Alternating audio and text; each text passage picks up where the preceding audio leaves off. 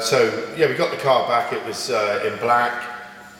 So we basically took the body off and just checked that the chassis was up to the job, which obviously it wasn't. It was rusted out, so we had to replace many of the chassis parts. We completely stripped the car and obviously had it resprayed in a different colour, which was several weeks' work.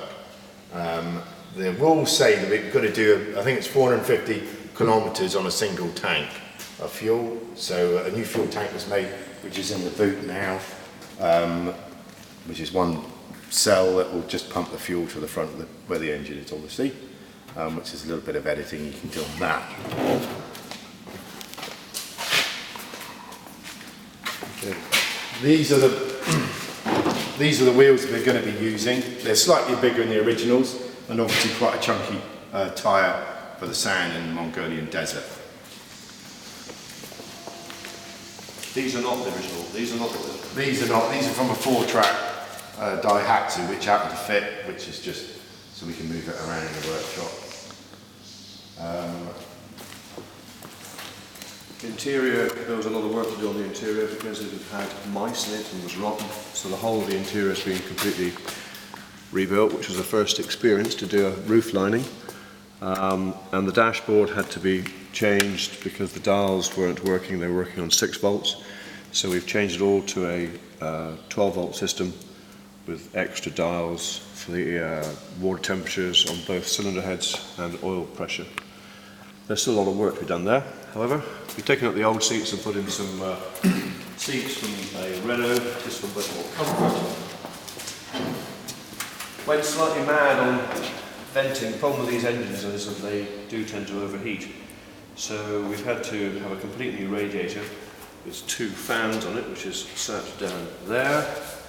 And then the engine is being completely rebuilt.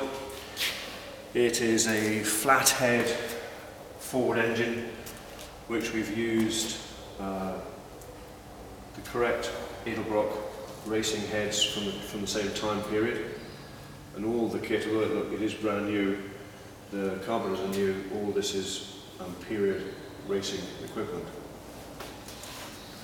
In our category, everything should be pre-1941. There is a few changes that we're allowed to do. We were allowed to uprate the gearbox because they found in previous rallies that the gearbox were very poor and kept breaking down, and the dampers, which are these dampers which obviously help with the rough terrain. But everything else on the car should be and is pre-1941. Like the brakes were originally rod brakes. They've been uprated to hydraulic brakes, but hydraulic brakes were invented before 41, so we're allowed to change them. But we haven't got discs, we're still using the same drums. So underneath the car, let's raise that one around, so you can see underneath.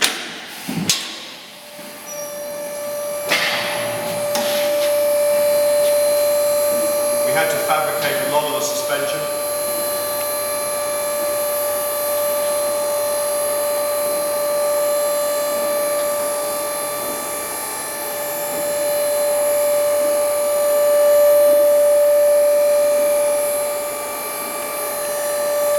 Cars generally were very strong, and this particular Ford was no exception.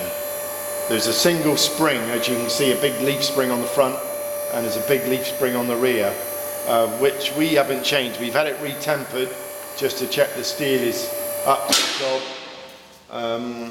but the suspension is the same as it was originally.